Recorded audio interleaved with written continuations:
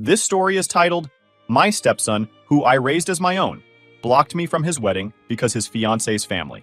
Hey everyone! Before we jump into today's video, I need your help. We've noticed the channel is losing some traction, and subscribing is one of the best ways you can support us. It's quick, free, and it helps us keep bringing you awesome content. Your support means the world. Let's keep this channel growing together. Thanks so much. Now let's start the video. Hey Reddit, this is a bit of a messy one, so bear with me. Alright, here goes. I'm 52 female, and this story's about me and Alex, 25 male, my stepson, though I don't even like calling him that. He's just my son, plain and simple. I've been in his life since he was a baby, and I raised him after his dad, Mark, passed away. But as much as I love him, I'm not sure I even recognize him anymore. Let me take you back. Mark and I met when Alex was only 6 months old. His mom had passed away during childbirth, and Mark was doing his best to juggle work and being a single dad. When we met, it wasn't one of those whirlwind romances, more like a slow, steady burn. We clicked because we were both hardworking, no-nonsense people. Mark was sweet but practical, and I admired how he doted on Alex, even when he was clearly exhausted. By the time we got married a year later, Alex was toddling around and calling me mama. Back then, life felt pretty perfect. Mark had a good job, and I started working part-time at a local diner. We bought a modest little house in a quiet neighborhood. 3 bedrooms, 1 bath, a big backyard where Alex could run around. It wasn't fancy, but it was ours.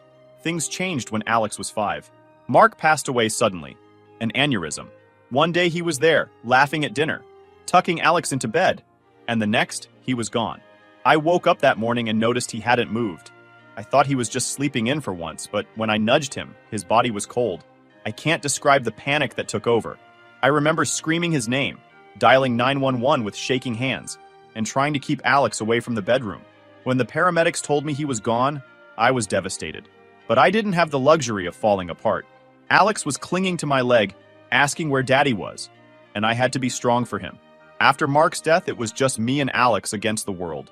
Money was tight, and I had to pick up extra shifts at the diner to make ends meet. I sold Mark's car and some of his tools to cover the funeral costs. I cried myself to sleep most nights, but I always made sure Alex never saw. During the day, I kept it together, packing his lunches, reading him bedtime stories, making sure he never felt like he was missing out, even when I was barely holding on. I became a master of DIY. Our house needed a lot of work over the years. I couldn't afford a handyman, so I learned how to fix things myself. I bought a secondhand toolbox, watched tutorials, and just figured it out. Alex would sometimes sit beside me while I worked, handing me tools and asking endless questions. I remember thinking, this is enough. As long as we have each other, this is enough. I did my best to give Alex a good childhood. I made sure he got to play soccer, even though it meant squeezing pennies to pay for the uniform. I volunteered at his school so I could be part of his world. I taught him how to ride a bike, how to cook spaghetti, and even how to fix a flat tire. But things weren't always smooth. As Alex got older, he started pushing back. He was embarrassed by our hand-me-down car and our outdated house. Once, in middle school, he begged me not to come to career day because he didn't want his friends to know his mom worked at a diner. That stung, but I ignored it, figuring it was just the teenagers phase. High school was harder. Alex started hanging out with kids who had more than we did. Fancy clothes, new gadgets, vacations to Disney World. He'd come home and complain about how we didn't have a big screen TV, or how I couldn't afford the latest gaming console. I tried explaining that I was doing the best I could, but he'd just roll his eyes and say, "Whatever, Mom." Still, there were good moments too.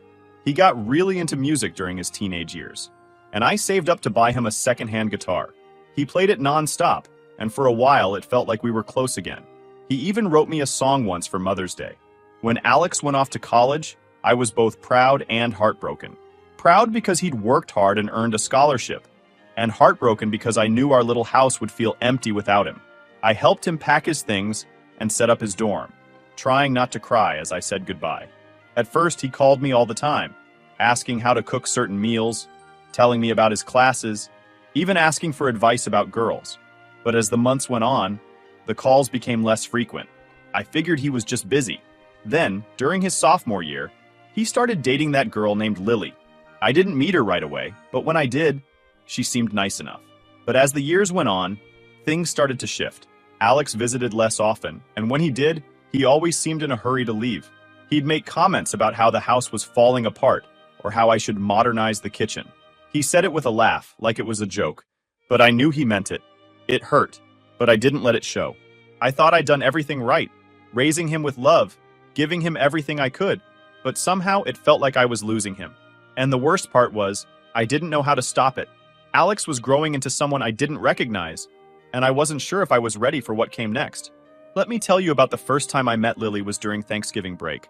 Alex brought her home for dinner, and I was nervous. I wanted to make a good impression, even though I wasn't exactly sure what good meant. I spent all day cooking, trying to whip up something that felt a little fancier than our usual meals. By the time they arrived, I was sweating and stressed, but determined to play the cool, welcoming mom. Lily was different from what I expected. She was petite, polished, and impeccably dressed, like she'd stepped out of a catalog.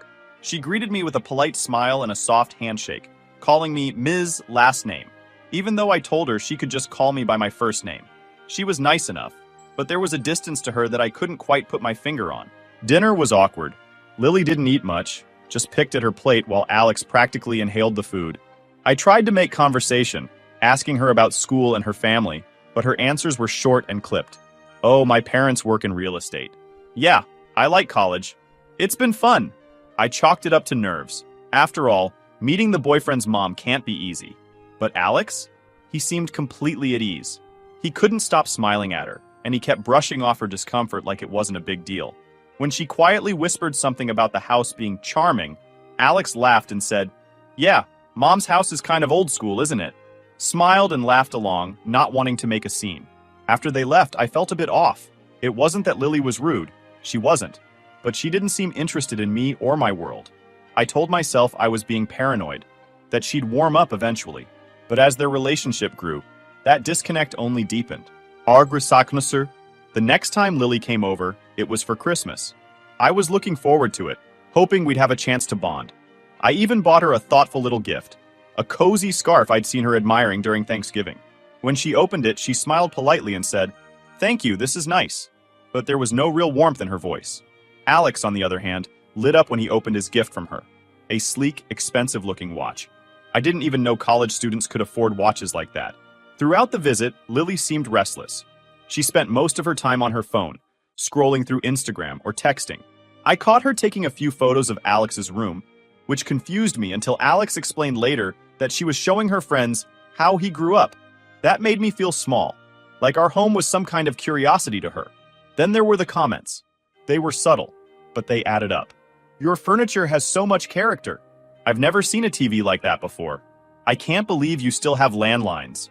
She wasn't saying anything outright mean, but the tone made it clear she found everything here quaint, almost laughable.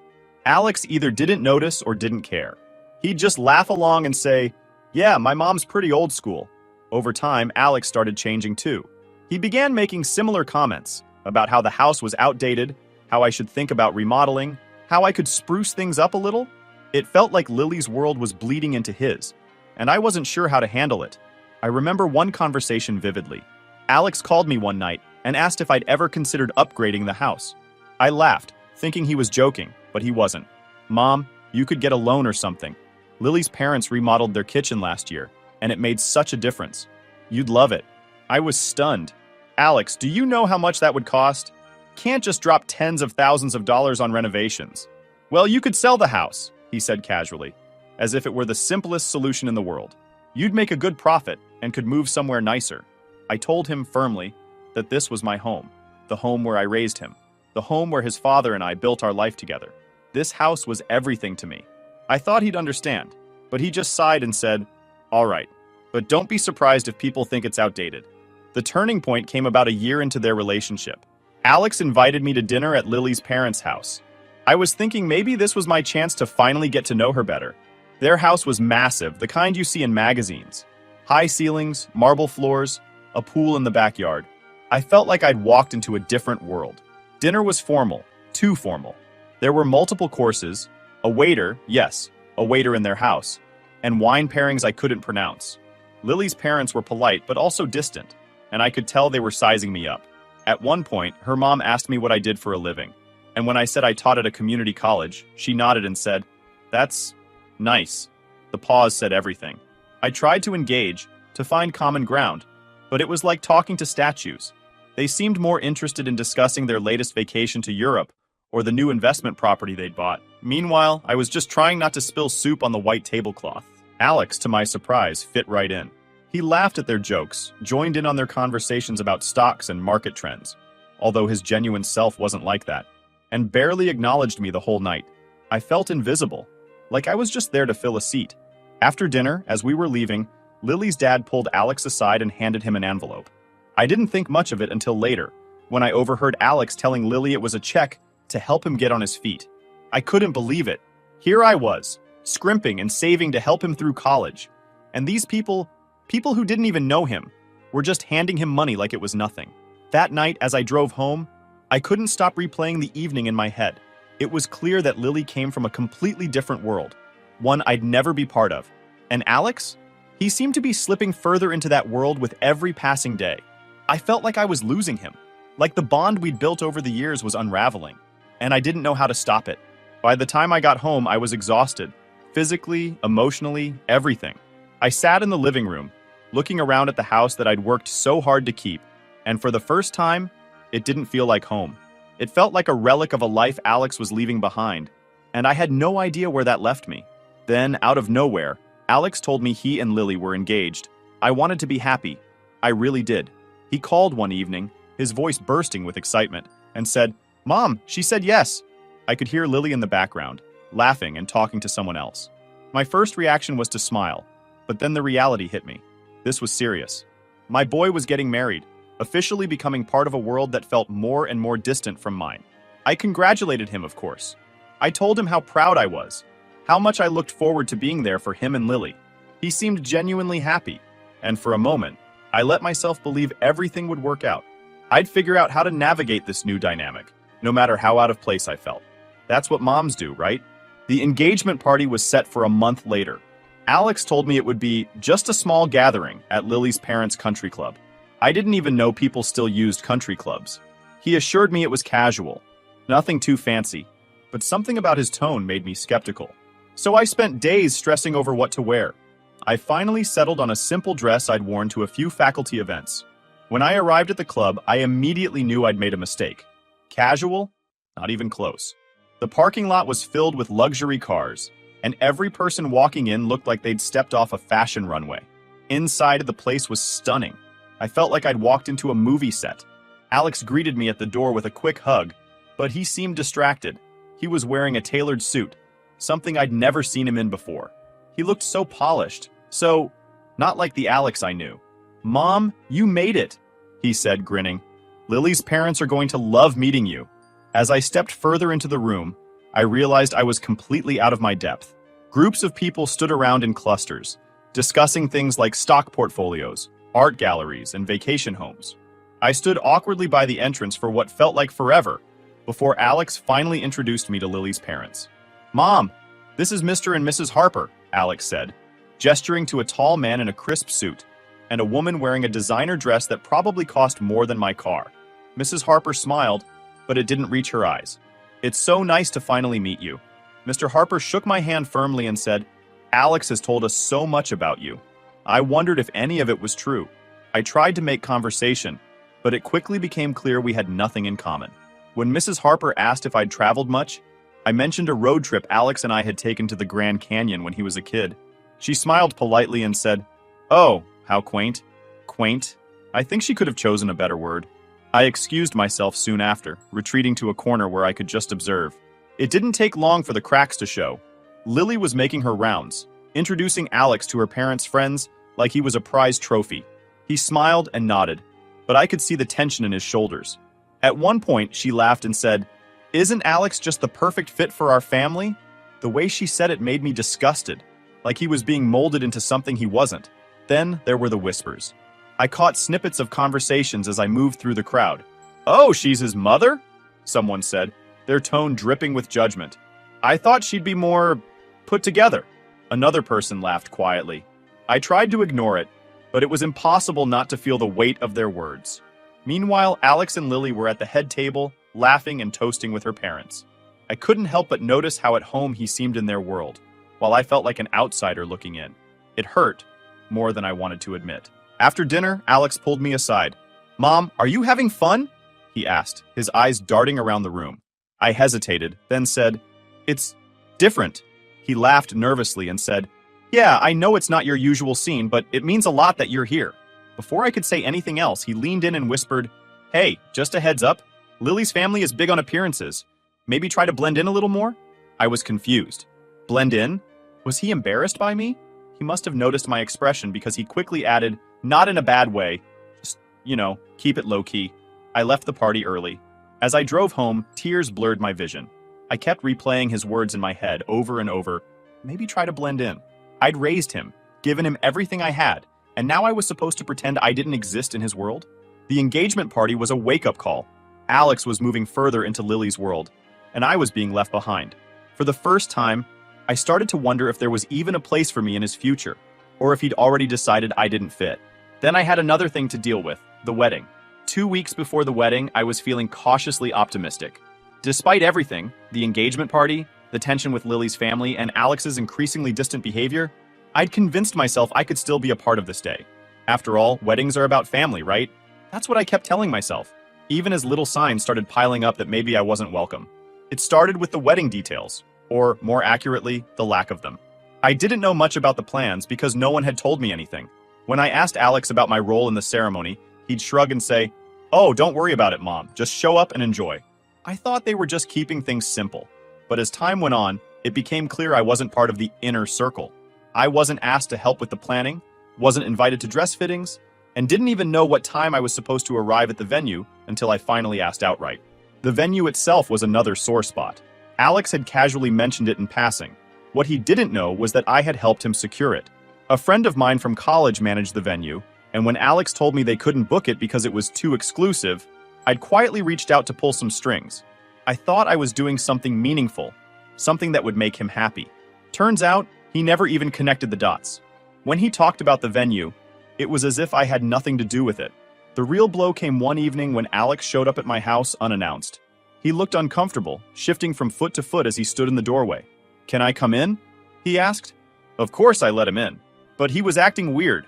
We sat in the living room, and he launched into what felt like a rehearsed speech. "Mom, I need to talk to you about the wedding," he started. "There's been a situation." "What kind of situation?" I asked. He hesitated, then blurted it out. "Lily's parents think it's best if you don't come to the wedding." At first, I thought I'd misheard him. "What?" I asked, holding myself to be calm. "It's not personal," he said quickly. "They're just worried about the image. You know how they are. They're really particular about appearances, and they think it might be better if you sat this one out." "You're telling me I'm not welcome at my own son's wedding?" I asked. "Mom, it's not like that," he said, avoiding my gaze. "They're just really stressed about everything. It's nothing against you personally." I couldn't believe what I was hearing. After everything I'd done for him, raising him, supporting him, sacrificing so much to make sure he had a good life, he was asking me to step aside for the sake of appearances. "And what about you, Alex?" I asked, tears welling up in my eyes. "Do you agree with them? Do you think I don't belong there?" He finally looked at me, and for a split second I thought I saw guilt in his eyes. But then he said, "Mom, please don't make this harder than it needs to be. It's just one day. We can celebrate together afterward, just the two of us. Just one day." That's what he called it. As if this wasn't one of the most important days of his life. As if I could just brush it off like it didn't matter. After all this, I had a thought crossed my mind. One that stopped me cold. Did Lily even know about this? Or was this all Alex's doing? I decided to find out. The next day, I called Lily. When she picked up, she sounded cheerful, completely unaware of the storm brewing. "Hi, my name. How are you?" she chirped. "I'm fine," I said, though my voice was tight. "Listen, I need to ask you something. Alex told me your parents don't want me at the wedding. Is that true?" There was a long pause. "What?" She seemed confused. "Why would he say that? Of course you're invited. You're his mom." I felt a wave of relief, quickly followed by anger. Alex had lied to me. But why? Was he trying to protect me? Was he just trying to appease Lily's parents? Either way, it didn't make sense. Lily, on the other hand, was furious. She apologized profusely and promised to talk to Alex and her parents immediately. I hung up the phone feeling both vindicated and deeply unsettled. What else hadn't Alex told me? Later that evening, Alex called me in a panic. "Mom, why did you call Lily?" he demanded. "Because I needed to hear the truth," I shot back. Why would you lie to me, Alex? What were you trying to accomplish? He stammered. I didn't want things to get messy, he finally said. I thought it'd be easier if... Easier for who?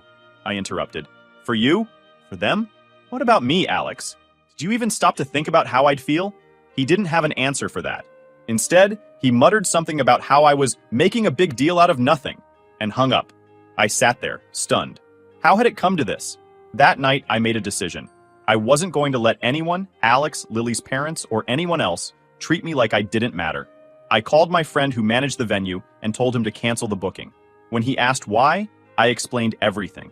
He was shocked but understanding and promised to refund the deposit. When Alex and Lily found out the next day, all hell broke loose. Alex called me furious. Mom, what did you do? He yelled. We're 2 weeks away from the wedding and now we don't have a venue. I did what I had to do, I said calmly. You don't get to exclude me from your life and expect me to keep bending over backward for you. He called me selfish, said I was ruining his wedding. But I didn't care. The fallout was immediate. Lily's parents were livid. Alex was scrambling to find a new venue, and I became public enemy number 1. But you know what? I didn't feel bad. If they wanted to shut me out of their perfect little world, then they could deal with the consequences. So here where I am right now, what do you guys think the motives that Alex is hiding? Think maybe he is just embarrassed by me. But still there's something going on, and I don't know what is. If anything arises, I'll post an update here. Final update. Hey people, I spent the last nights reading your comments. I appreciate you guys for standing up to me, it gave me some relief. Some crazy things happened lately, so I figured I needed to post an update. So, a few days after the venue fiasco, my phone rang. It was Lily. I hesitated for a moment before answering, bracing myself for another round of accusations. Instead, her voice came through soft and hesitant. Can we talk? She asked. In person? I wasn't sure what to expect, but I agreed. We met at a coffee shop. When she walked in, she looked different. Less polished, more subdued. Her usual air of confidence was replaced by something I couldn't quite put my finger on. Lily started without any small talk. I spoke to my parents, she said, her eyes fixed on her cup. They were upset about the venue, obviously. But when I told them why it happened, they admitted they'd suggested to Alex that you take a step back from the wedding. I stayed quiet, letting her continue. They said they thought it would streamline things, make it easier for everyone. But I swear, I never agreed to that. I told them I wanted you there. I could tell she was being sincere, but it didn't change how much it hurt. So, what about Alex? I asked. Why did he lie to me? She sighed, stirring her tea. He said he thought it would avoid drama, that if you weren't there, my parents would be happier, and everything would go smoothly. He was trying to keep everyone happy. Everyone but me, I said flatly. Lily winced, nodding. I didn't know he'd told you it was my parents' idea. He lied to me too. He said you didn't want to come because you didn't approve of our relationship. I froze. That was new. He told you what? That you didn't like me. That you thought I was too different, too stuck up. Hearing that broke something in me. I'd always known Alex could be self-centered sometimes, but this was a new low. He'd lied to me, lied to Lily, and manipulated both of us to avoid conflict. In trying to please everyone else, he'd made everything worse. Lily looked up at me. I called you because I wanted to hear your side. I needed to know if it was true. I shook my head. Lily, I've never had a problem with you. I've always thought you were a lovely girl.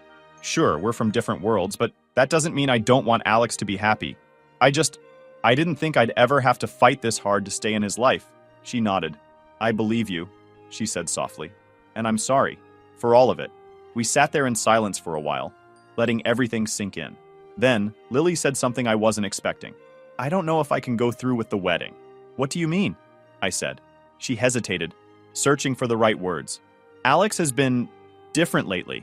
He's so focused on making my parents happy, on fitting into their world, that sometimes I feel like I don't even know who he is anymore. He's not the guy I fell in love with. It hurt to hear that, but at the same time, I understood. Alex had been changing, slipping further into Lily's world and away from the person he used to be. Do you still love him? I asked carefully. I do, she said quickly. But love isn't enough if we're not honest with each other. And right now, I feel like we're both pretending to be something we're not. The conversation ended with a promise. Lily would confront Alex and figure out where they stood. I told her I hoped they could work things out, but also that she deserved to be with someone who truly made her happy. She thanked me, gave me a small, hesitant smile, and left. I drove home feeling a strange mix of emotions, and a tiny spark of hope that maybe, just maybe, things could still be set right. The next day, Alex showed up at my door. He looked like he hadn't slept, his hair a mess and dark circles under his eyes. "We need to talk," he said. "Come in," I said, stepping aside. He sat on the couch, his hands fidgeting nervously. "Lily talked to me," he started. "She told me everything." "And?" I prompted, crossing my arms. "And I messed up," he admitted. "I lied to you. I lied to her. I thought I was doing the right thing, but I see now that I wasn't. I just made everything worse." For a moment, I didn't say anything. I wanted to yell, to tell him how much he'd hurt me, but I also saw the regret in his eyes. "Why, Alex?" I finally asked. "Why did you feel like you had to lie?" He looked down at his hands. "Because I was scared. Scared that if I couldn't make everyone happy, I'd lose her. And scared that if I stood up to her parents, she'd see me as a failure. I didn't want to lose either of you." For all his mistakes, Alex was still that little boy I'd raised, desperate for approval, terrified of letting people down. But that didn't excuse what he'd done. "I don't know what to say, Alex," I told him honestly. "You hurt me. You lied to me, and you treated me like I didn't matter. I've always tried to be there for you, but right now, I don't know how to move past this." He nodded. "I know, and I'm so sorry. I don't expect you to forgive me right away, but I want to make it right. I just don't know how." We sat in silence for a long time after that. Finally, I said, "The first step is being honest. With me, with Lily, and with yourself. If you want to fix this, you have to stop trying to please everyone and figure out what you really want." Alex left that day with a lot to think about, and so did I. In the weeks that followed, life felt strangely quiet. I hadn't heard from Alex since our conversation. Then, one morning, the phone rang. It was Lily. "Hi, my name," she said hesitantly. "I wanted to let you know. I called off the wedding." The words hung in the air for a moment before I could respond. "Oh, Lily," I said softly. "I'm so sorry." She sighed, and I could hear the weight of her decision in her voice. It wasn't an easy choice, but I couldn't go through with it. Alex and I had a long talk, and I realized we were both trying so hard to fit into roles that didn't feel right. I love him, but I don't think we're ready for marriage. Not like this. I didn't know what to say.